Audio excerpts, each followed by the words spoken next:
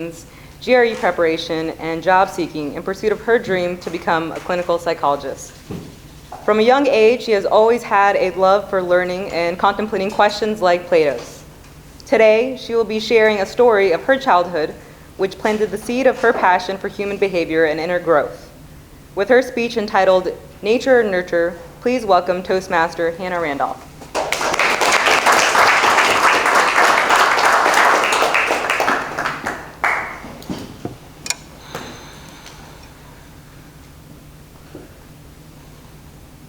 Are we born good or bad? Intelligent or dull? Resilient or breakable? As Plato once asked, can virtue be taught? Fellow Toastmasters and guests, can we nurture traits that are considered elements of our character? When I was young, for as long as I can remember, I've always had a voracious curiosity. I would ask my mom, Mommy, why does it rain?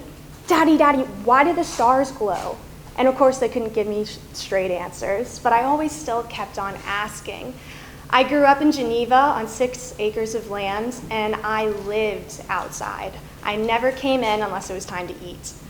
I would run into the woods and be there for hours, just looking at the different trees, climbing them to see how high I could go.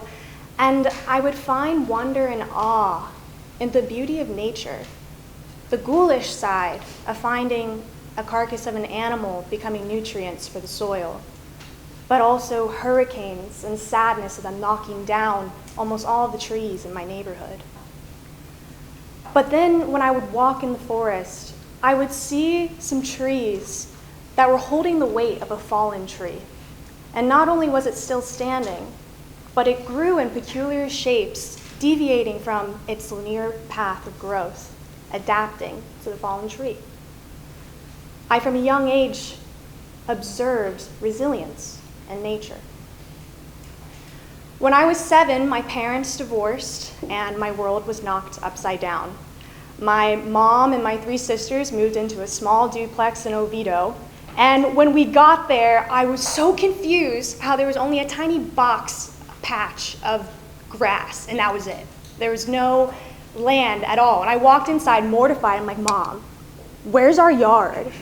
And she said, well, honey, you're gonna have to go down the street and make some friends. I'm like, okay. And so I had to adapt to that experience. I then watched my mom adapt to being a single mom, working full-time, attending night classes after work, as well as raising us 3 girls on her own. And she taught me what adaptation looks like to adversity. As time passed, I saw my kind, loving mother experience stage 2 breast cancer. And when I was young, my mom's scent of her long hair when I cuddled her was a safe haven for me. And I'll never forget when my mom and my sisters and I were huddled in the bathroom and she showed us the lump on her breast, and I had the never-ending question, why? Why her?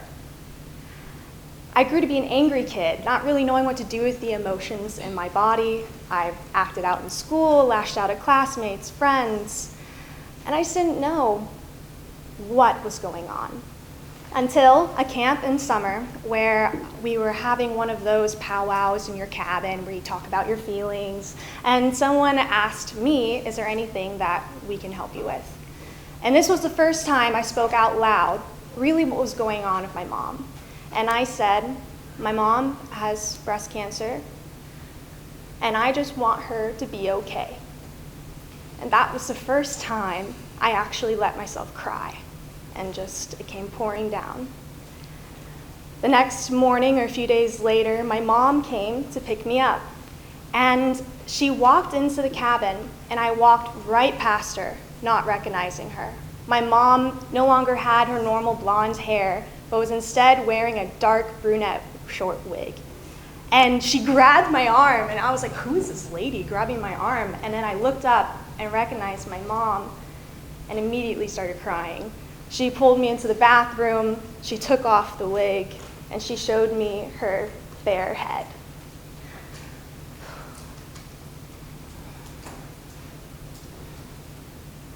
My mom handled this with so much grace, so much strength.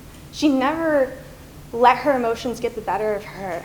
She went through surgeries, chemotherapy, radiation. It was always the same mom, and so loving and there for us, even though she had the world coming down on top of her. Through my mom, I experienced firsthand the model of what resilience is. How no matter what happens in life, whatever adversity we go through, we can get through it. Now, to this day, my mom fully recovered and she's still cancer-free. I am the lucky one. I grew up with a single mom where she gave me all the love that she could give. I was lucky. I had her example to grow into who I am now. And even still, I find myself wondering, what if she didn't make it? What would have happened? Who would I have become if my mom didn't make it? What if I ended up in custody of the opposite of who my mother was, a hateful, angry, mentally ill father? What would have happened? Who would I have become? I will never know, thankfully, but I do know that there are kids in this world who aren't the lucky ones, who don't have models and mentors at young ages to experience what it looks like to see resilience and gain it as a trait in their identity. And that leads to my question: can virtue, like resilience and many others, be taught? The answer, as studies in psychology show, is yes, it can be taught. Now it's up to us to further pursue and pioneer research in clinical psychology to help answer these questions and provide it to kids who lost their parents, don't have role models, and are just trying to get through life with what they have. They deserve more.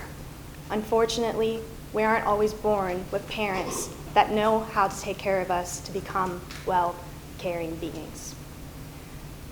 I hope to see you all support me in my time of becoming a clinical psychologist to answer these questions. Fellow Toastmasters.